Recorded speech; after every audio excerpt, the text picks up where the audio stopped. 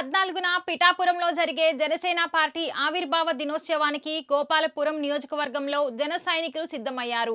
Janasena incharge దొడ్డిగర్ల Suvarnaraju ఏర్పాటు చేసిన సమీక్ష సమావేశానికి పోలవరం ఎమ్మెల్యే చిరి బాలరాజు, రాజమండ్రి పార్లమెంట్ సమన్వయ కమిటీ మెంబర్ వై శ్రీనివాస్ హాజరయ్యారు.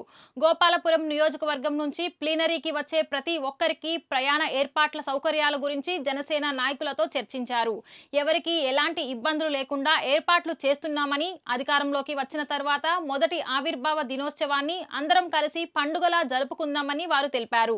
ఈ కార్యక్రమానికి జనసేన నాయకులు, కార్యకర్తలు, వీర మహిళలు, ప్రజలు ప్రతి ఒక్కరూ తరలివచ్చి కార్యక్రమాన్ని విజయవంతం చేయాలని ఎమ్మెల్యే చిర్రి బాలరాజు కోరారు.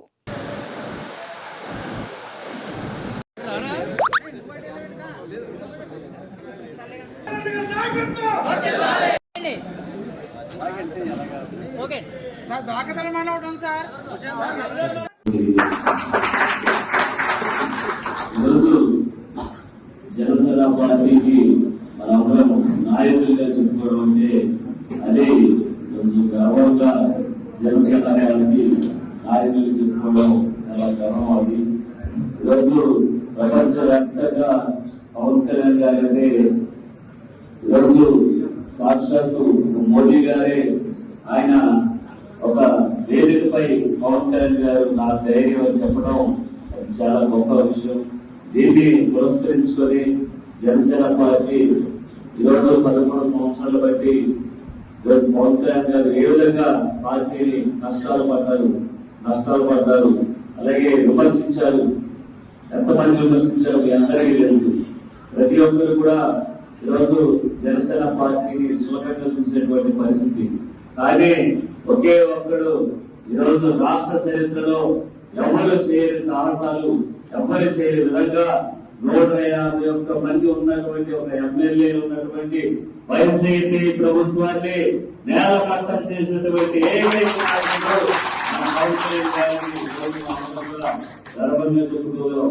ఎందుకంటే గత ప్రభుత్వాల్లో ఏ విధంగా పవన్ కళ్యాణ్ గారు విమర్శించారు మీ అందరికీ తెలుసు.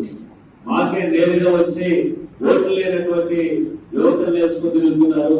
మీరు ఎవరు మీ పవన్ కళ్యాణ్ గారు ఎవరిని విమర్శించేటువంటి నాయకులు ఈరోజు సాక్షాత్ వచ్చి మన దేవాలయానికి వచ్చి నమస్కారం పెట్టేటువంటి పరిస్థితి తీసుకొచ్చినటువంటి పవన్ కళ్యాణ్ గారు ఈరోజు ఏదైతే గత ప్రభుత్వాలు ఉన్నటువంటి ఎమ్మెల్యేలు గాని, మంత్రులు గాని పవన్ కళ్యాణ్ గారిని అసెంబ్లీ గేటు కూడా తాగనివ్వగలరు. ఈరోజు ఆ గేటు కూడా తాగనివ్వగలని కనీసం అసెంబ్లీ చూడడానికి కూడా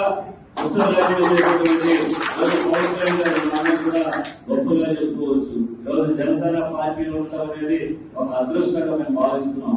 ఎందుకంటే పవన్ కళ్యాణ్ గారి యొక్క నీతి నిజాయితీ ఈరోజు జనసేన పార్టీని ఏ విధంగా నిలబెట్టింది మీ అందరికీ తెలుసు.